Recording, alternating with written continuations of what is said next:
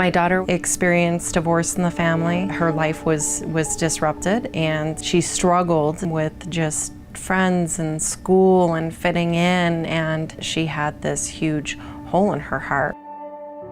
She had gotten into a situation one night where she was hanging out with some of her friends. Her friends had made some bad decisions. I got a call from the Douglas County Police. I didn't look at her and see my daughter, and that is when I knew we needed help. Everything was great until 1999. My wife passed away, and things from then on began to spiral kind of out of control. When I was first diagnosed with mental illness, I thought the doctors were crazy. It couldn't happen to me. I began to question myself about what I thought was real. It all culminated into a delusion that I was being followed by guys with guns. I ended up stealing a car to get out of what I thought was a dangerous situation. Not a very good thief, so I got myself caught and was sent down to the Pueblo State Hospital.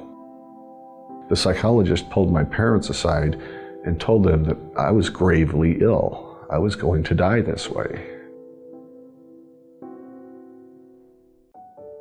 When people come in for care, I think there's a lot of fear about what mental health treatment looks like. In Arapahoe Douglas Mental Health Network, we're really concerned with people's overall health and helping them toward wellness and recovery, that the behavioral health care can make a difference. I met with a couple of the executives here at Arapahoe Douglas, and I knew right from that moment that this was the place for me. Everyone I've met has been very caring, very loving, very open, from a wonderful woman that greets you at the door with a big smile on her face every day, to the case managers who work very hard to make sure you're doing the right thing for yourself. I was lost. I felt a sense of hopelessness. My daughter definitely felt alone. She didn't feel like anybody could help her. Arapahoe Douglas made a difference and understood where we were and giving us a clear path. It was the first time that we had actually felt there was a community, really. In my mind. In my mind. In my mind. In my mind. In my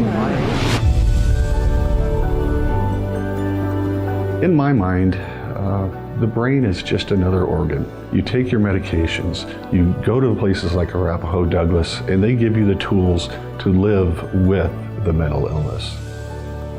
In my mind, there's not going to be stigma against behavioral health and addiction issues in our future. That people will be looking at the possibilities of good health. I see a future where suicide will not exist, where families are healthy and happy, and that we have healthy communities.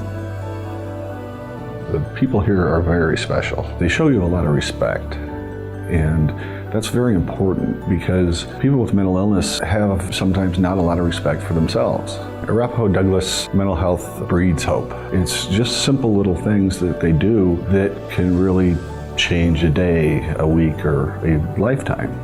I think my future is pretty bright. I have learned to live with this mental illness as a part of me. Treatment absolutely works and people do recover. It saves lives. People find hope for their future.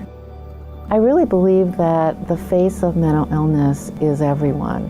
Healthcare is a community issue. We can't do this alone. Without Arapahoe Douglas, we would probably still be looking for a life raft. In my mind, we shouldn't be afraid to admit that we aren't perfect people. Seeking help in therapy isn't a sign of weakness and failure. It's actually a sign of wisdom and strength.